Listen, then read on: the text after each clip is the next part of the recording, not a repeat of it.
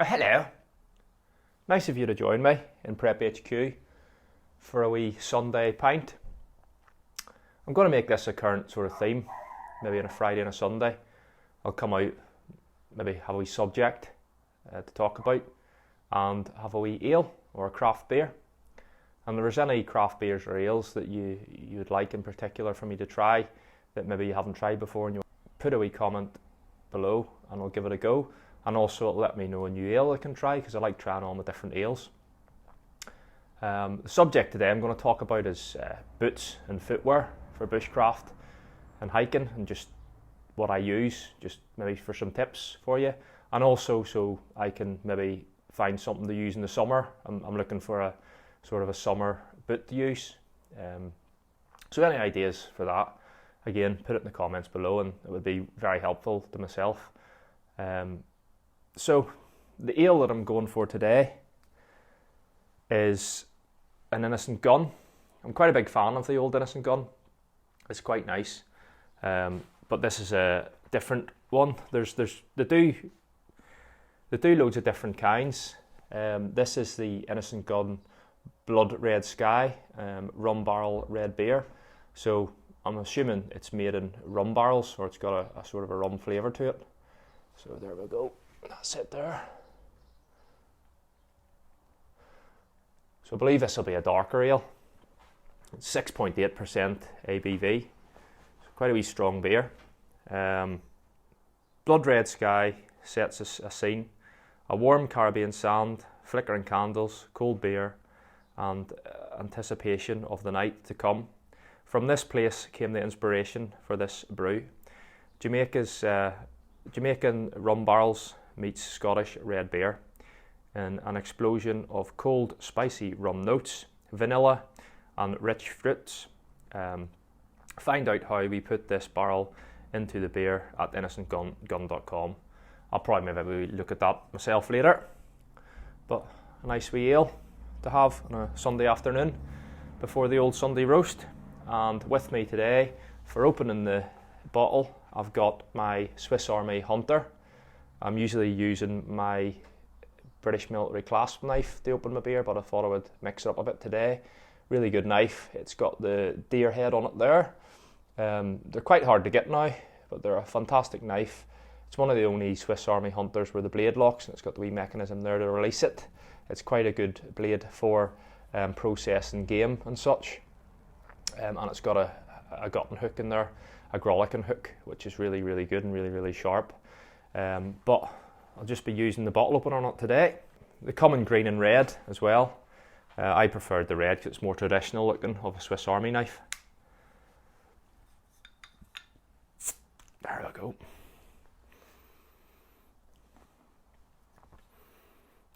Not much of an odour from the ale, but, well, I say ale, it's more of a craft beer really, isn't it?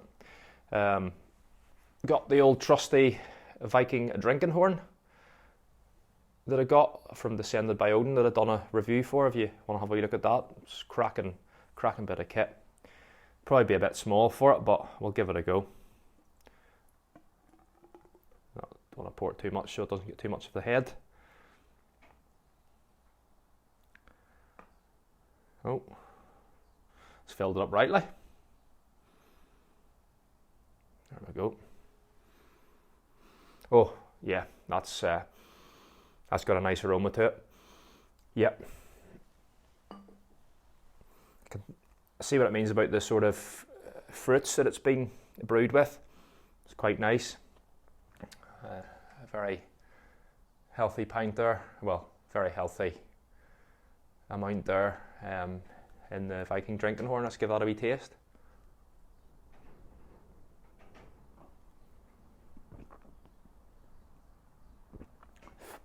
Yeah, that's quite fruity. Got a very fruity taste to it, and I can taste the rum. Yeah, so it's quite sweet. It's more of a sweeter ale, which I'm not really into massively, but I could work with that, no problem. I do prefer my blonde ales, but yeah, I could live with that, no problem. So skål.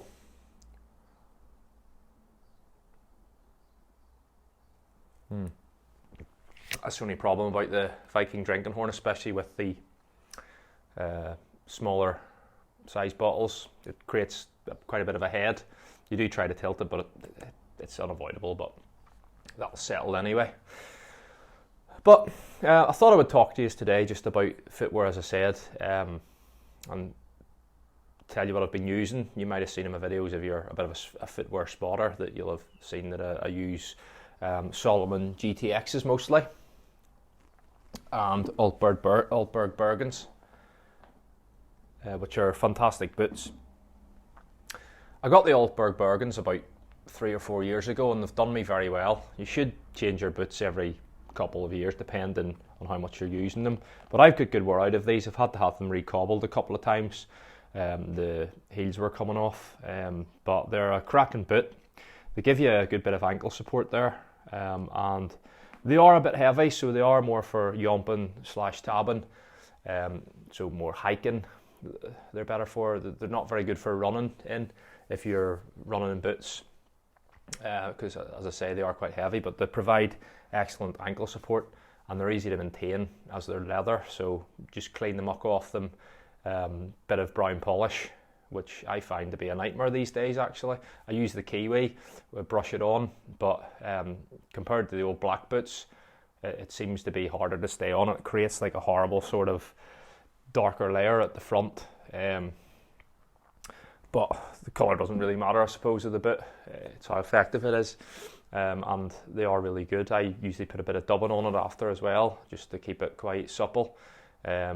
And it took minimal time to break in when I got them. Altberg make good boots. They're currently issued to the British military forces. However, the ones that are out of the factory that are issued to the forces are of a bit lower quality. So buying the ones off the actual website are a little bit better because they're sort of had more work put into them.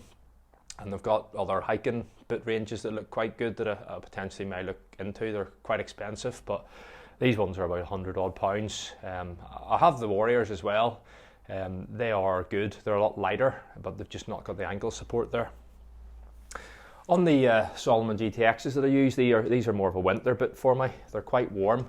The only problem I had with them was that they were letting a lot of water in, which wasn't too good. They're not meant to now. They're meant to be Gore-Tex lined. And I've just waterproofed them with some knit wax, and that seemed to have done the job.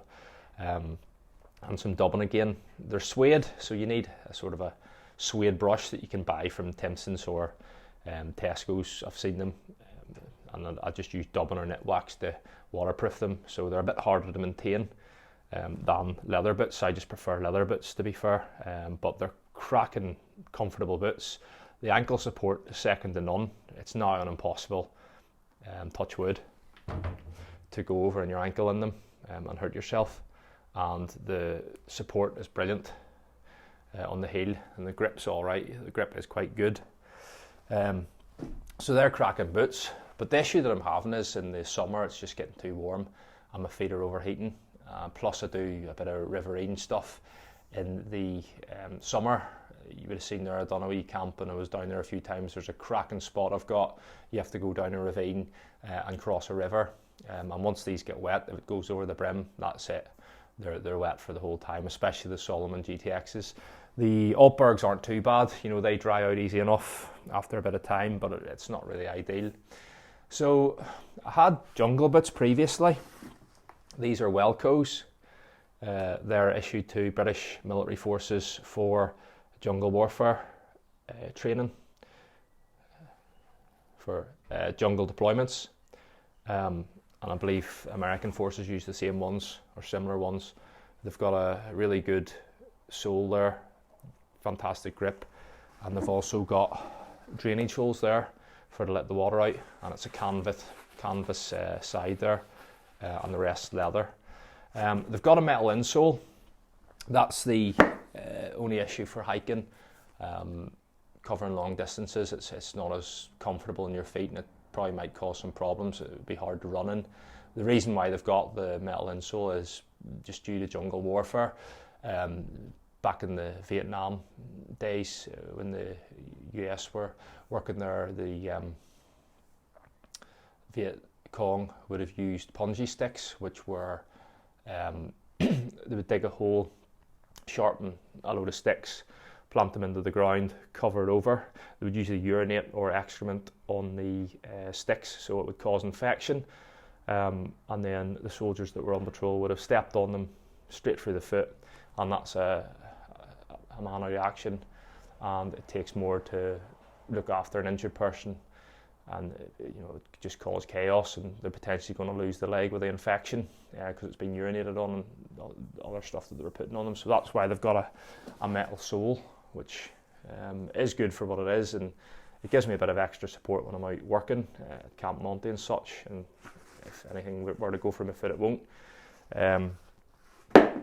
That's got that there, but again, for covering long distances, it's not the best.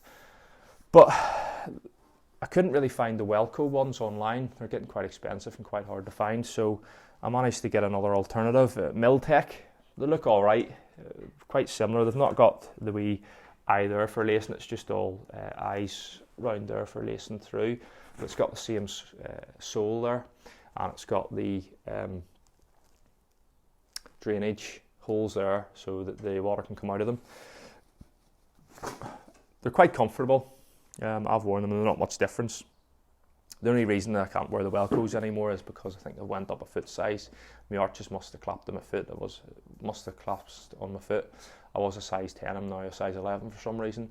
That was a few years ago. But I couldn't find the Welcos anywhere, which were brilliant. But that's my new sort of option I've got there.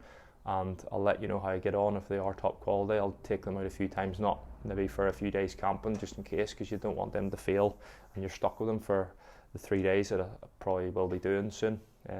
Something to look forward to. But yeah, that's the sort of best idea I came up with. I mean, there are other options which are quite pricey. You've got the Loa Zephyrs, which are really, really good hot weather boots, but you're going to be paying a lot of money for them. But I might look down that later on, just invest in a pair. And you've got the A Solos, which I'm probably potentially going to get as well. They're really, really good boots. They've got a cracking toe cap on them. They're rubberized, but they're really, really strong. So it'll be good for me working with the axe and woodcraft and stuff in case I have a wee accident, and it'll just hopefully just bounce off pretty much, because it's like having a pair of steel toe cap boots, but not as heavy and not as dangerous for the sort of stuff that I'm doing. So that's another option. And I could potentially go down the desert route, the desert boot route, which would be quite good as well. They're quite breathable, but provide more support. But I thought I'd go for the jungle boots because I like the sort of. I'm working in it's not the jungle, it's not as humid, but it is similar, whereby I'm going through forests, especially when I do the riverine camping again, where I go down ravines to get to the river and cross the river. They'll just drain out, change my socks, potentially let them dry out for a bit, take the insoles out, and they should be dry in no time. Whereas the other bits will take ages to dry. So that's just my thoughts on footwear there, and a wee idea I've got for the summer. And if you have any ideas that you can assist me with, that would be greatly appreciated. Just stick it in the comments below, and I'll hopefully get some good use out of them and give you some feedback and see if Miltech is a good company or if it's going to be a terrible company like Webtex. That's what I'm worried about. It's going to be like a Webtex bit of kit that just falls to bits. Sorry to slag Webtex off, but Webtex Combat, companies like that I just wouldn't go near. I think the kit's just mass produced, sort of. It's for budgeting and cheap stuff.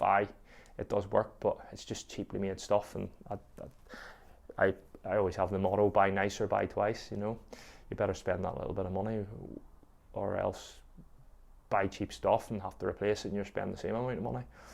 But that's the footwear I use there, and it seems to work for me. And hopefully, if you're starting bushcraft or you're looking for some sort of boots that might be good for doing it, that's the two I would maybe suggest for the winter.